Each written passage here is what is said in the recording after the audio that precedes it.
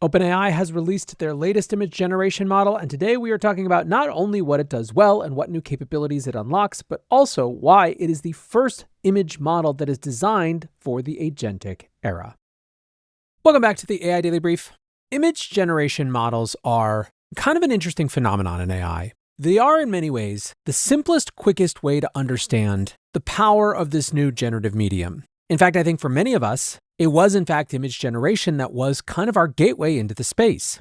As impressive as the initial ChatGPT was, what really caught my attention all the way back at the end of 2022 and the beginning of 2023 was the absolute feeling of being a wizard when I was creating images of Hemingway in Paris in the 1920s with the Midjourney model at the time, which is about 100 iterations ago at this point.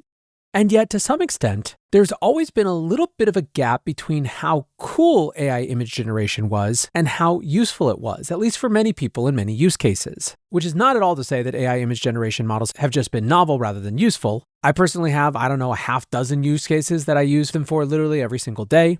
But if you think back at the sequence of model releases, the big moments have been general consumer viral moments like OpenAI's Studio Ghibli moment last year. Now, when it comes to this new OpenAI model, what I want to argue with today's show is not only that we are getting to a capability set that unlocks more use cases, but also that increasingly it is clear that the power of the image generation models is going to be in their integration with other systems, not just what they can do standalone. Now, when it comes to this new ChatGPT image model, there has been speculation for a couple of weeks now that this model was live in the world being tested on Arena. Many users pointed to very impressive generations from LM Arena that included things like handwritten notes, layouts of a YouTube page, and a simple kind of janky iPhone-style image of a retail store. What people were noticing about these things is how little they felt like AI images. They just seemed like a random iPhone photo or a screenshot. And people also identified that they seemed to have good world knowledge. They weren't just making stuff up in their images, they were actually bringing what the model knew into their ability to create. Yesterday, as I mentioned at the end of the show, OpenAI teased that the new model would be coming in the afternoon, and indeed, on Tuesday around 3 p.m. Eastern, we got the new ChatGPT Images 2.0. From a sheer quality standpoint alone, there is absolutely no denying that the model is fairly stunning. And that seems to largely be consensus. Arena announced that not only did GPT Image 2 take the #1 slot in their ELO score human preference board, it absolutely dominated. The number 2 through 15 image generators are all clustered basically within 130 points of each other. Number 15, Flux2 Dev, had a score of 1,149, whereas the previous leader, NanoBanana 2, had a score of 1,271. GPT Image 2 came in over the top with a 1,512.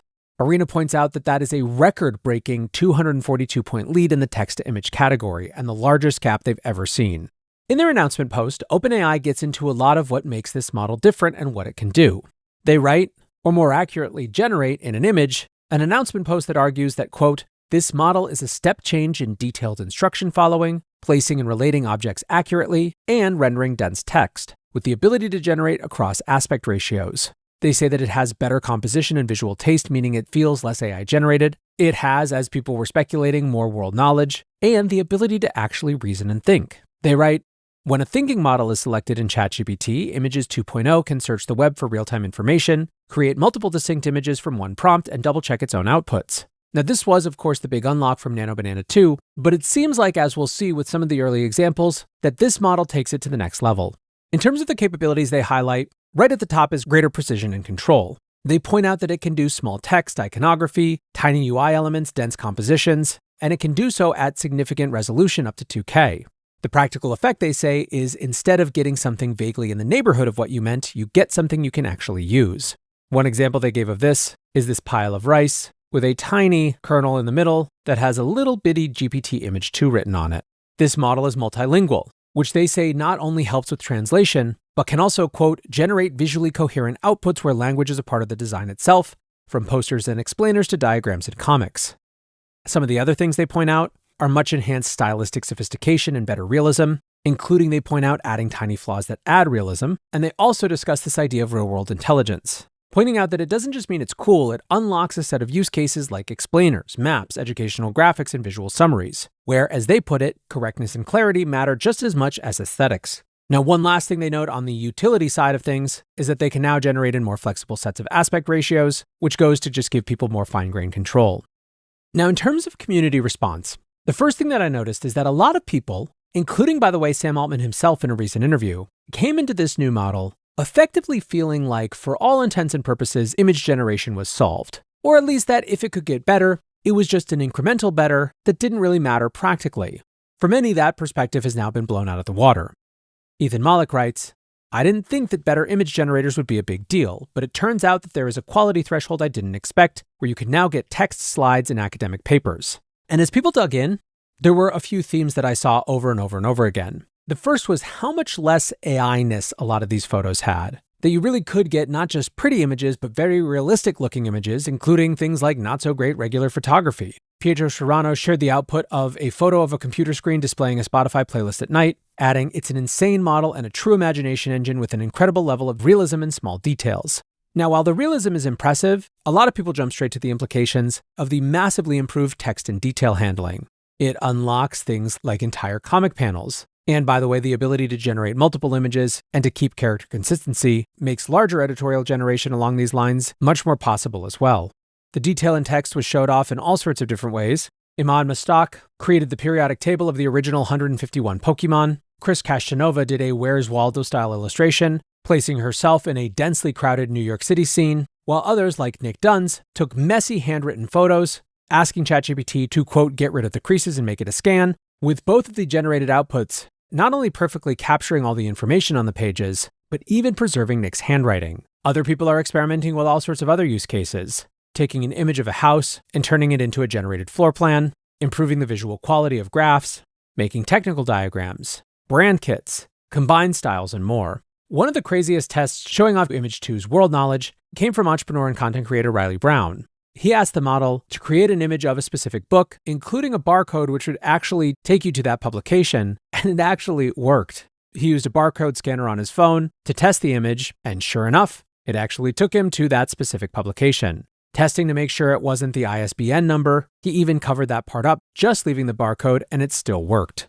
Still, maybe the most common thing that I saw explored was UI and software designs. And this gets into what I think is actually really important about not just this model, but the context into which this model is coming. The short of it is, I think this is the first image model whose biggest impact is not going to be standalone viral moments like Ghibli, but has the potential to actually be integrated quite quickly into the agentic stack. Prins on X writes, Images 2.0 is the first model I have ever tried that feels ready for real enterprise workflows. It's a reasoning model, which means it will search the web, use tools, and think about your request before generating the image. It is able to generate huge volumes of text without a single error. It can keep the image sharp and consistent in between generations, giving you the ability to make additional edits to any image of your liking. The example they gave was asking the model to generate an organizational chart of a public company based on a template. And yet, if Prins was thinking about general knowledge worker and enterprise usage, where other people went was much more focused on one specific use case. Mark Kretschmann writes, some of you were disappointed that we only, quote unquote, get an image model from OpenAI today, but you need to see the big picture. GPT Image 2 can generate mockups of websites, which Codex can then turn straight into working code. Joy Arakis goes farther with this, saying, the Codex plus GPT Image 2 pipeline is completely broken. This is the single most disruptive AI workflow I've seen this year. Stop thinking of AI as just a text generator. The real magic happens when you chain the models together. Now, Image 2 is coming into a moment when OpenAI has just also announced that there are now 4 million Codex users, up from about 200,000 at the beginning of the year. And already less than 24 hours into this, we are seeing people sharing all of their production pipelines from Image 2 UI to Codex. Peter Gostev from Arena writes, GPT Image 2 plus Codex, or how to make Codex not suck at UI. Step 1, generate a UI image. Step 2, get Codex to implement the UI based on it. Step 3, get Codex to iterate until it aligns with the image as much as possible. Codex is bad at initial UI, but very good at implementing a reference design, so this is your way out. Iterate with the image model first, and then Codex will do a good job.